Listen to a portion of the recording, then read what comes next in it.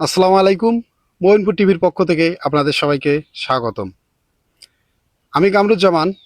আমাদের সঙ্গে উপস্থিত রয়েছেন মিনি সিনেমা তোমার জন্য চ্যালেঞ্জ সম্মানিত পরিচালক এবং প্রধান নায়ক। তাদের কাছ থেকে আমরা জেনে নেব তাদের নির্মাণের অভিজ্ঞতা, দর্শকদের জন্য কি বার্তা। তো আমরা সরাসরি চলে যাব ডিরেক্টরের কাছে। তো এই সিনেমার বানানোর মূল উদ্দেশ্য কি? আসসালামু আলাইকুম। আমি মামুন খান রাজ।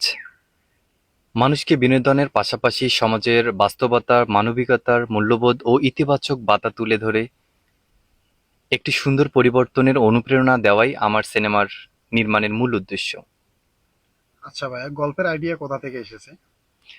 গল্পের আইডিয়াটা আমি আবার তামিল সিনেমা দেখি অনেক।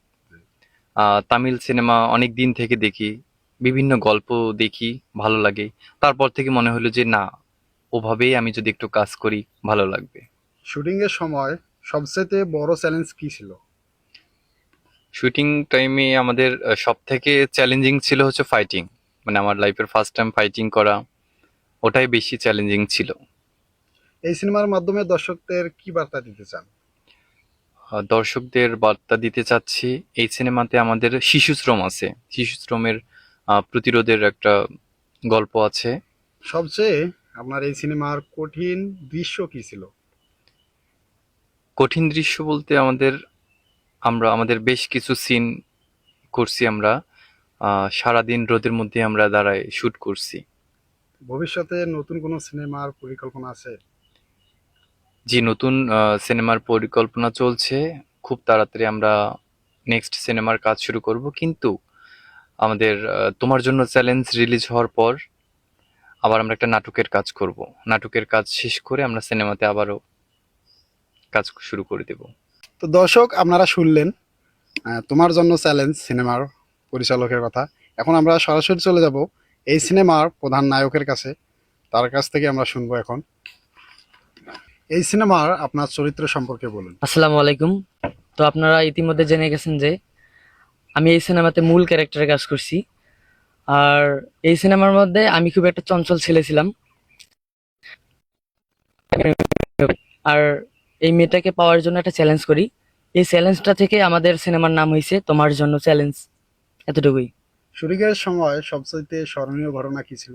স্মরণীয় ঘটনা, তো স্মরণীয় ঘটনা বলতে ছিল একটা মেয়েকে জড়িয়ে ধরা প্রথমবার। এটাই, পাবলিকের সামনে বা ক্যামেরার সামনে। দর্শকদের জন্য আপনার বিশেষ বার্তা কি?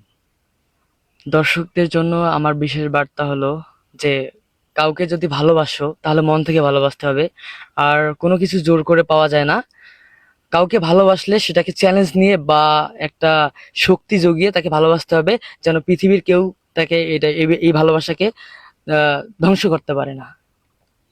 এই সিনেমার আপনার প্রিয় দৃশ্য কোনটি ছিল? প্রিয় দৃশ্য, প্রিয় দৃশ্য ছিল জামাই সেজে স্টেজে উঠে সবার সামনে বিয়ে করা বা ক্যামেরার সামনে বিয়ে করা একটা মেয়েকে। এটাই আমার। সামনে কি নতুন কোনো কাজ নিয়ে আসতেছেন? সামনে নতুন কোনো কাজ, হ্যাঁ ইনশাল্লাহ সামনে নতুন কোনো কাজ নিয়ে আসতেছি।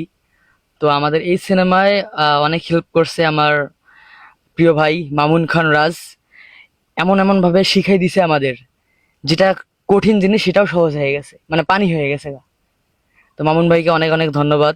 ক্যামেরাম্যান ছিল তারেক ভাই, তারেক ভিডিও কর্নার, পাগলাপির থেকে। তো তারেক ভাই অনেক মজার একটা মানুষ। তো তারেক ভাই এখানে উপস্থিত নাই। তারেক ভাই অনেক অসুস্থ।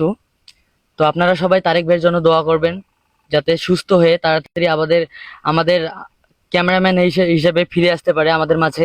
দর্শক এই সিনেমাটি কেন আপনাদের দেখবে? কেন দেখবি? এখানে ছিল রোমান্টিক কিছু ছিল, স্যাড কিছু ছিল, বা শিক্ষণীয় বিষয় কিছু ছিল, এই জন্য আর কি দেখবে।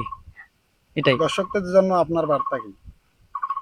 দর্শকদের জন্য আমার বার্তা হলো আমাদের জন্য সবাই দোয়া করবে, যেন আমরা তাদের মাঝে সুন্দর সুন্দর নাটক বা সিনেমা নিয়ে আসতে পারি। এতটুকুই ভাই। এই ছিল আমাদের মইনপুর টিভির মানে সর্বশেষ খবর। তো আমরা পরবর্তীতে আরও ভিডিও আসতেছে এনাদের। অবশ্যই এনাদের পেজ আছে, আপনারা ওখান থেকে ঘুরে আসবেন। আমার আইডিতে মেনশন দেওয়া থাকবে, পেজে লিঙ্ক দেওয়া থাকবে। তো অবশ্যই আপনারা ওখান থেকে সিনেমাটিও দেখবেন। আগামীকাল এই সিনেমাটি লঞ্চ হচ্ছে। তো আপনারা সবাই এই সিনেমাটি দেখবেন এবং ভাইদেরকে উৎসাহ করবেন যেন সামনে আরও ভালো কিছু করতে পারে। আপনারা এই সিনেমাটি দেখতে পারবেন রোজ আগামীকাল শুক্রবার সন্ধ্যা 6টায়। তো এসবি ফিল্ম প্রোডাকশন এবং বিআর বিপ্লব ইউটিউব চ্যানেলে দেখতে চোখ রাখুন। নিত্য নতুন খবর পেতে আমাদের পেজটি ফলো ফলো দিন এবং সঙ্গে থাকুন। আপনারা ভালো থাকবেন, সুস্থ থাকবেন। আল্লাহ হাফেজ।